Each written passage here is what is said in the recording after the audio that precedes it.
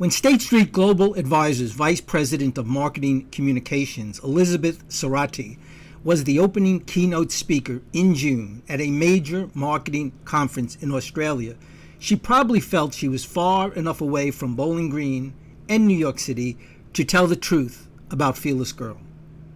Part of the truth, but enough of the truth that her message is loud and clear, placing Fearless Girl in front of Charging Bull and demonizing Arturo de Modica's iconic sculpture was, pure and simple, a major corporate marketing campaign carefully conceived and planned to promote the company State Street Global Advisors and its brand.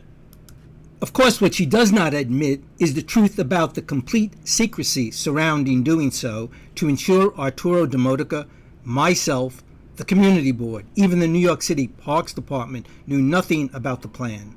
Only Mayor de Blasio and his closest aides who approved this use of city property. She also does not tell the audience about the conflict of interest Mayor de Blasio had in approving this bogus permit. That State Street Global Advisors manages the tens of billions of dollars in New York City pension funds for city employees, and it is Mayor de Blasio who, as mayor, is the chair of the boards that are the custodians for all these funds.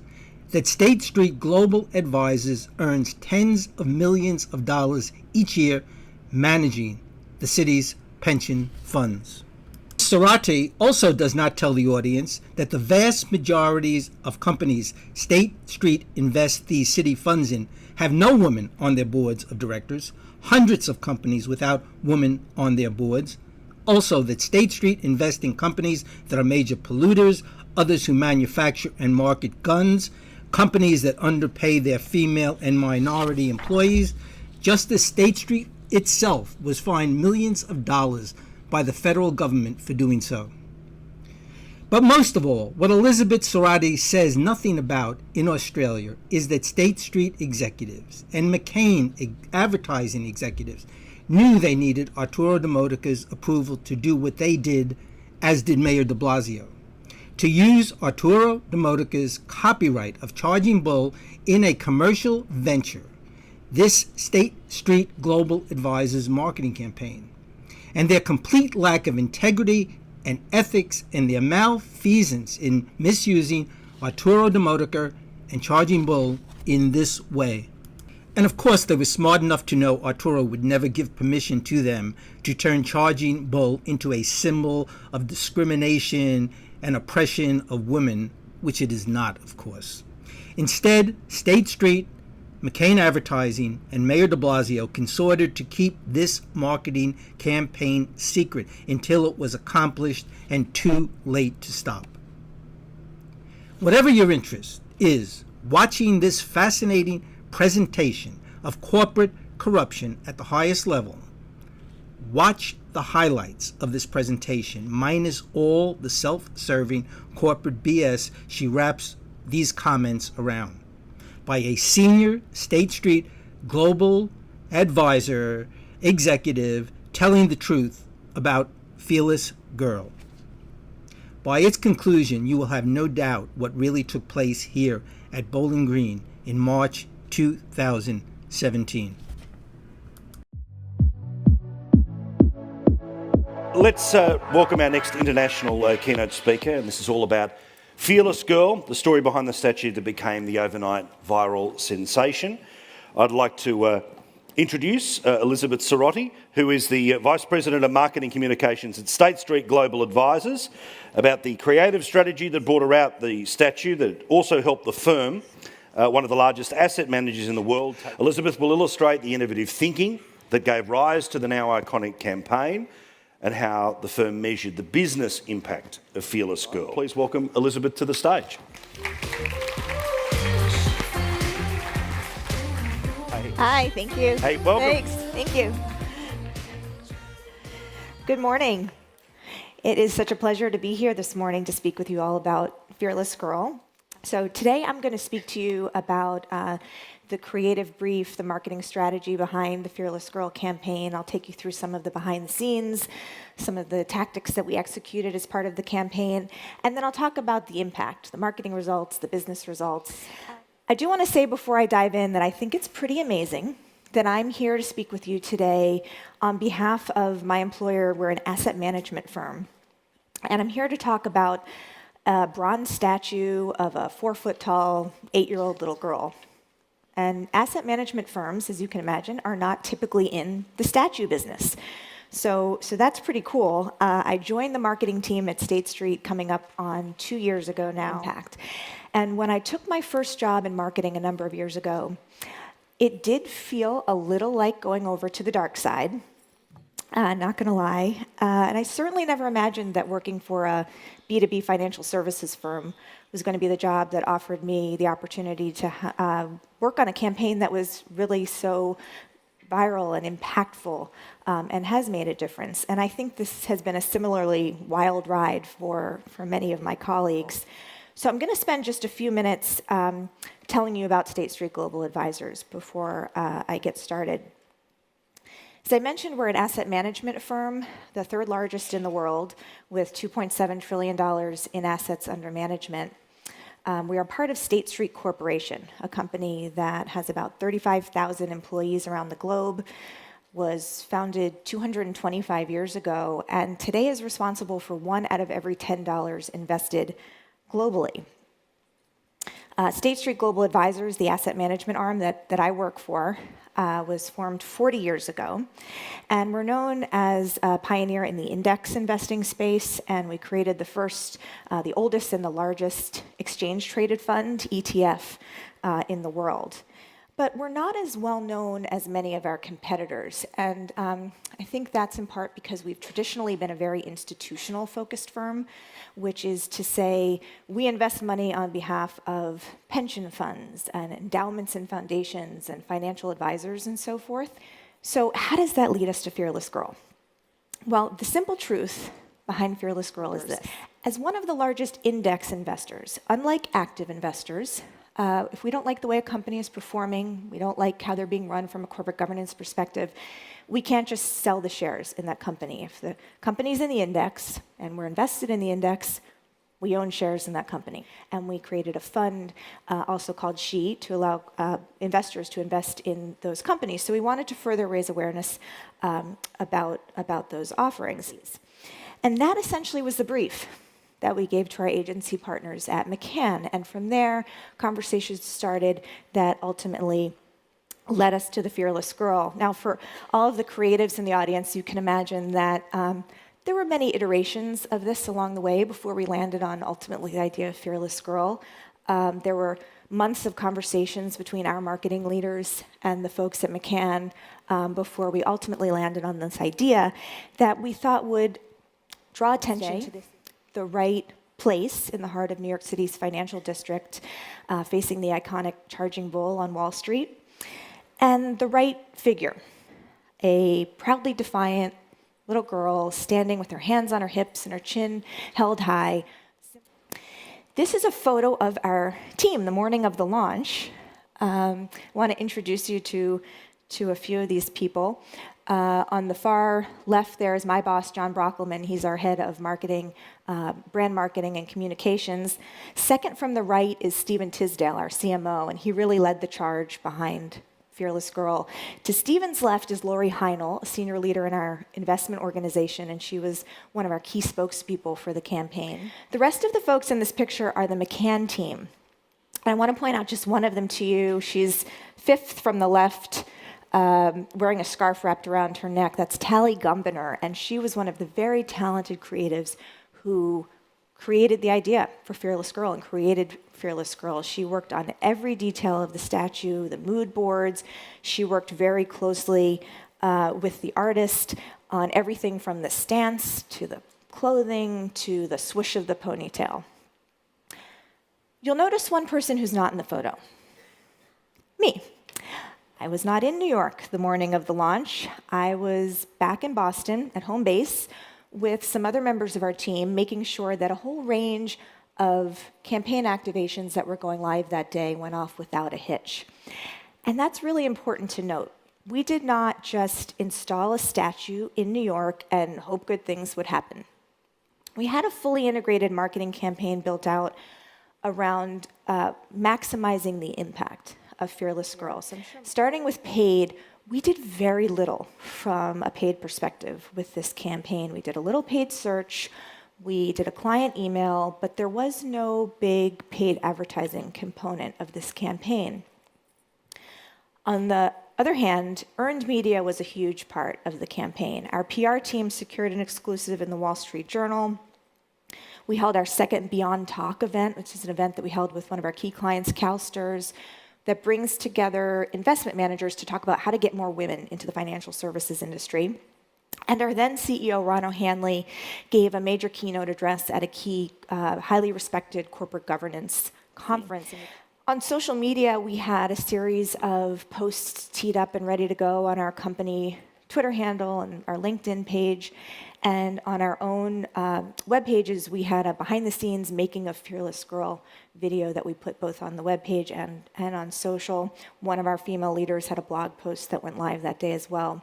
And to get the video live, first thing that morning, the statue was actually installed overnight. So that morning, as soon as it started to get light enough, the team was on site shooting the final video footage that we needed, getting the first photos of the statue in place, and then they rushed to a makeshift editing suite that McCann had set up in a nearby hotel to finish editing, get all the assets ready for distribution first thing that morning.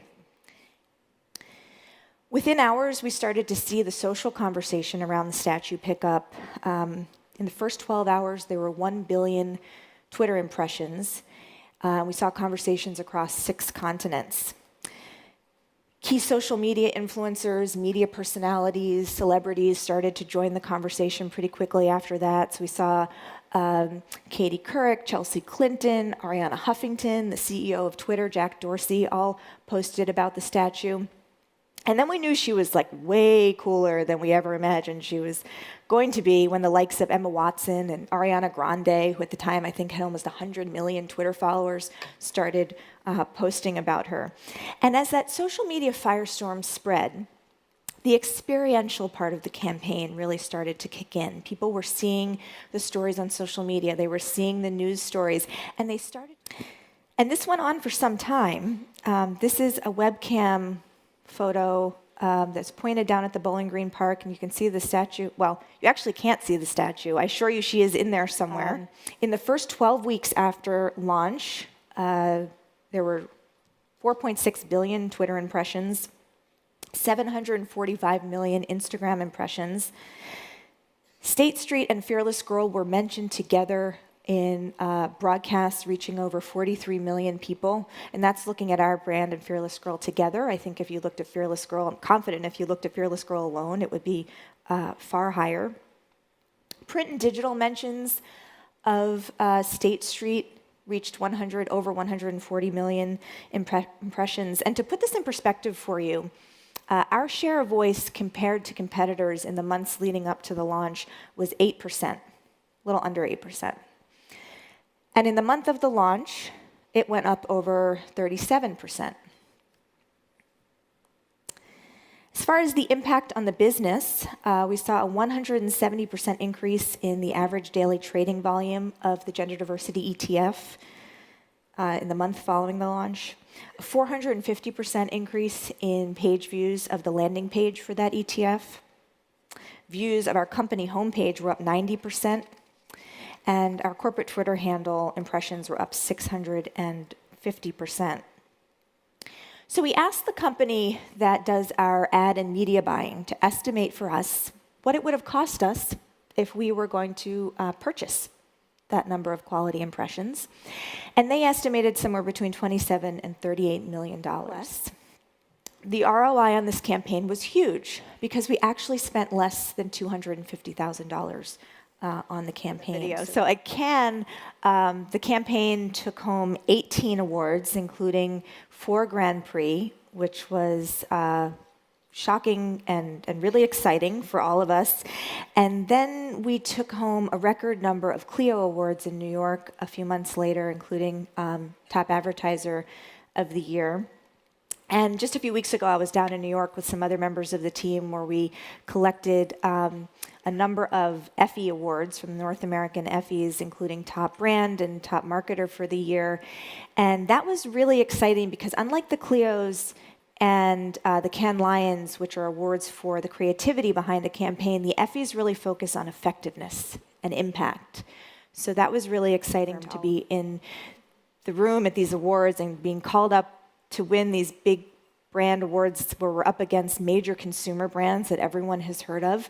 And you go up on stage and you look around at the people in the room who are there representing these big well-known brands. It's pretty exciting. And her influence continues to grow in terms of impact. It's not all voting against. Last year, the stewardship team reached out to more than 700 companies that had no women on their boards. So this type of real-world impact is ultimately the legacy of the Fearless Girl campaign. So what did we learn along the way? First, being disciplined about your message matters. We all know that when you put something out there today, particularly if it becomes viral, that others will take it, make it their own, appropriate it, and use it in their own way. And certainly not all the people who are out there posing for selfies with the statue know that we're the company behind it. And we understand that that comes with the territory with a viral campaign. But we have been very disciplined about sticking to our key message. And our clients and our target audience do know that we're behind Fearless Girl. Be prepared for the public reaction, both the bad and the good. Communications teams, we tend to be pretty good at preparing for the worst case scenario. What could go wrong? We were prepared in this case to mitigate what could go wrong, but we hadn't fully anticipated the scope of the positive response that we would get, the number of incoming questions, inquiries, requests that we would get in the days and weeks and months, and to some degree still today, around the statue. So we were pretty much in crisis mode, in a good way, for the first month or so after the campaign launched, fielding inquiries that we never imagined we would get, things like the game show Jeopardy! Wanting to have a Jeopardy question on the show, a movie that wanted to shoot a scene in front of Fearless Girl, Health and Fitness magazine for women that wanted to do a photo shoot with the star of a hit TV show in front of the statue. We still today have the equivalent, almost a full-time headcount on our team just devoted to managing Fearless Girl. Thanks for that, Liz. For those of you who don't know me, I'm Vivian Kelly, Mumbrella's editor, and we will have roving microphones moving around if you have a question, but I certainly have a few to kick things off and give you guys time to think of something. Look, Liz, I used to work in trade finance journalism, and I remember when Fearless Girl came out, and everyone, including women in particular, were talking about Fearless Girl, but they weren't necessarily talking about State Street. So should you have done more work so that there was that brand association, so that Fearless Girl equals State Street? Right. Well, that is our desire, that Fearless Girl equals State Street. But I think, as I said, with a viral campaign, you have to kind of let go of the reins at some point. So really the one piece that we could control was our own message. And we've been very consistent when we're talking to our target audience, do have an awareness that we're the brand behind it. And that's what matters to us most. So the broader brand awareness, the PR that we got, that's great. That's good for us as a brand. And I guess part of going viral is losing control of the message. How did you, as a conservative sort of B2B finance brand, learn to let go and just let what was going to happen? The question was, can a statue really carry forward the message that we want? And ultimately the decision was, we could connect this very rational idea with something emotional. It would be very powerful. I think our senior leaders at the time, our CEO, Ron O'Hanley, and since then we have a new CEO, Cyrus Taraporvala, they get the upside, and Ron got the upside right away when we were talking about launching this campaign. He understood that we had the potential to really make a impactful statement with this, and he supported it, and I think that definitely helped to gain support for the campaign throughout the organization. So you do this great thing, it goes viral, it gets lots of earned media, starts a conversation, goes nuts on social media, and then the worst happens. You start getting criticised for your own gender pay gap and diversity issues.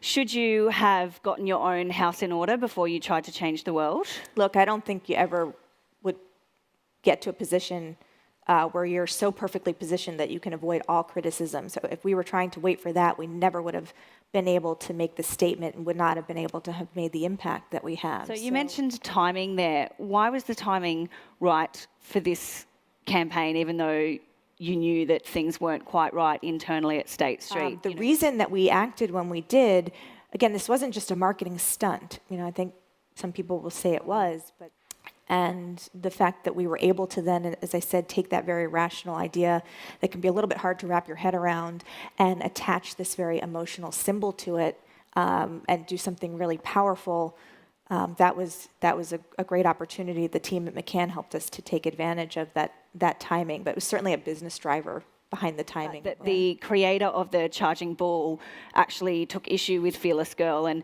his stance was that the bull was meant to be about American resilience and American success, and by standing her there, you just made the bull the villain and all that's bad and all that's greedy, and she was all that's pure and all that's innocent. The poor bull. And to put this in perspective for you, our share of voice compared to competitors in the months leading up to the launch was 8%, a little under 8%.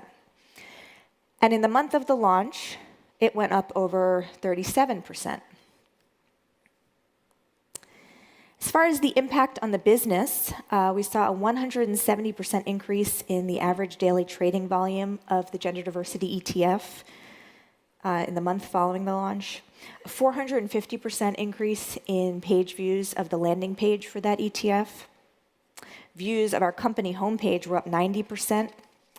And our corporate Twitter handle impressions were up 650%. So we asked the company that does our ad and media buying to estimate for us what it would have cost us if we were going to purchase that number of quality impressions. And they estimated somewhere between $27 and $38 million. Nevertheless, the ROI on this campaign was huge because we actually spent less than $250,000 on the campaign.